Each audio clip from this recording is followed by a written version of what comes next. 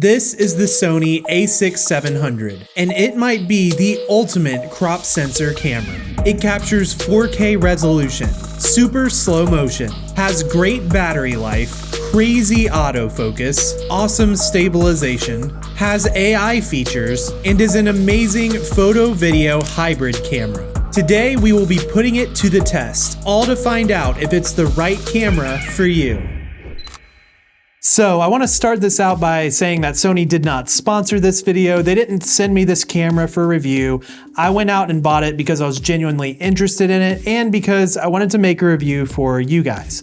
But this video does have a sponsor, and that's Motion VFX.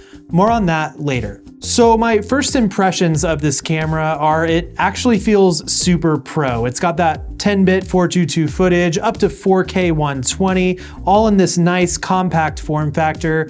I'm pretty excited about it. So much so that I decided to go downtown into the city with my friend Creative Ryan to put this camera to the test. We went and filmed a bunch of cool stuff, and I wanted to see how we could push it to get some cool results. Let's check that out.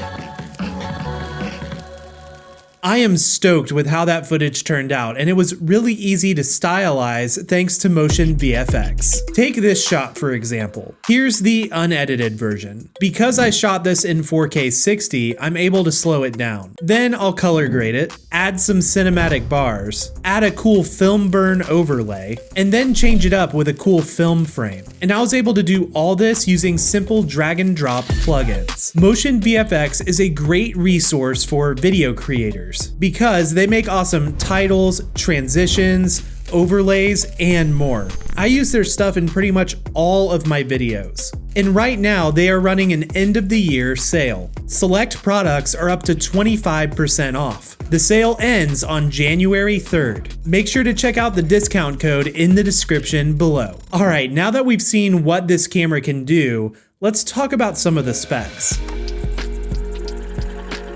Okay, so right off the bat, I really love the form factor of this camera. One of the things I especially like about it is the new and improved grip.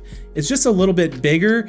The camera still feels nice and small and lightweight, compact, but that bigger grip just really is a nice touch. And it also has one of the larger, newer batteries. This is fantastic, and it's really much needed for this camera, but it really just adds that extra level of value and user experience when shooting because you're not always having to change out your battery. And the thing that really sets this camera apart from some of the others out there is that it has an EVF. EVF stands for Electronic Viewfinder. The reason certain cameras don't have this are because they're more geared for video. And a lot of videographers, on big production sets, they're going to be using bigger monitors and things like that. But for me, I want to be able to travel lightweight, more run and gun style. And I want to be able to shoot, outside in the bright daylight and still be able to see what I'm doing. The camera also has a lot of different connections. On the bottom, there's a 1/4-inch thread. On the sides, there's a USB-C port and a mini HDMI port. There's also an audio jack where you can connect microphones. There's a headphone jack so you can monitor your audio. And on the top, there's a multi-interface shoe where you can attach things like flashes or some of Sony's microphones. All over the camera, there's a ton of custom buttons. One of the ones that I think is really unique to this camera is right on the side where your thumb goes. There's a new little custom button there, which I think is pretty cool. It also has a dial on the front that you can customize, and all in all, it's a very customizable camera. It's touchscreen and features Sony's newer menu system, which is awesome. All right, now that we talked through a little bit about the form factor, let's talk about the actual image that this camera creates. So for starters, this is a crop sensor camera. So it's not going to be quite as big or have quite as much light or depth or detail as a full frame sensor. But with the right lenses, this camera can create some incredible imagery. When it comes to resolution, this camera can capture in 4K 10-bit 422. What does all of that mean? Well, it basically means you're going to get a great image. 4K is, the size of the video files. It's going to have a lot more information. With the 10-bit in the 422, it's all about the color science.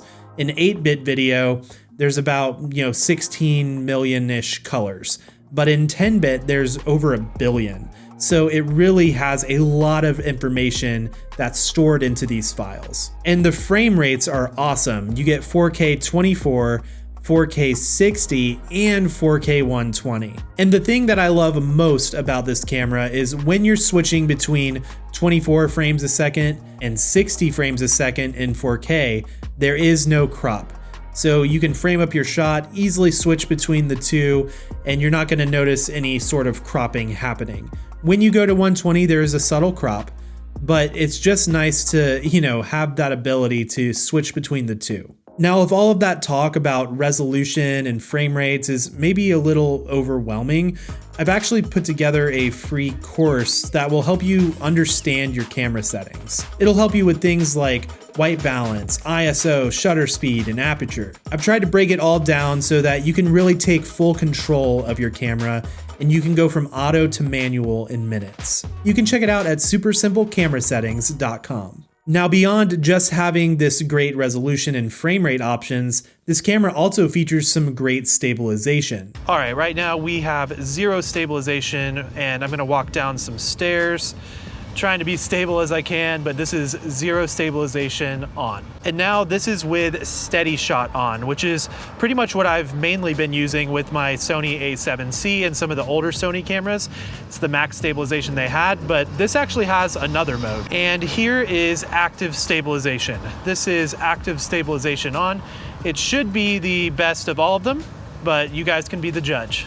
When it comes to picture profiles, there's all of the great options. You have standard, S-Cinetone, one of my favorites, Cine 2, and even up to S-Log 3, which is a really flat, grayed out looking profile that retains the most amount of dynamic range, so you can really pull it out in post-production. And you can actually import LUTs, where you can choose to use the LUT to monitor your screen, so you know basically what the S-Log 3 will look like, but still record in S-Log, or you can choose to just record in the LUT itself and bypass the color grade workflow altogether. But personally, I've been enjoying shooting with S-Cinetone. I like the way it looks straight out of camera, and it still gives me a little bit of flexibility to create the look that I want. In addition to this, the camera also has some of the new AI features like auto framing. This is where you can put the camera on a tripod, turn this setting on, and it will basically punch in and kind of follow you around, creating camera movement. It could be really helpful if you're a solo creator. When it comes to low light, it's pretty good, but it's not the best ever. It's definitely going to be better than something like an iPhone, but not quite as good as a full frame camera. And of course, let's talk about focus, because this camera is fantastic. It's lightning fast with the autofocus, and it has the AI target recognition settings, so you can choose if you want it to focus on a person, an animal, a bird, an insect, a car, or even a plane. And it also has lens breathing compensation. On some lenses, when you focus front to back, there's a little bit of a pulse or a little bit of a warp that happens. And with the lens breathing compensation, you can essentially remove that to get really nice, seamless focus pulls. All in all, the image is fantastic. But that's all when you record your videos.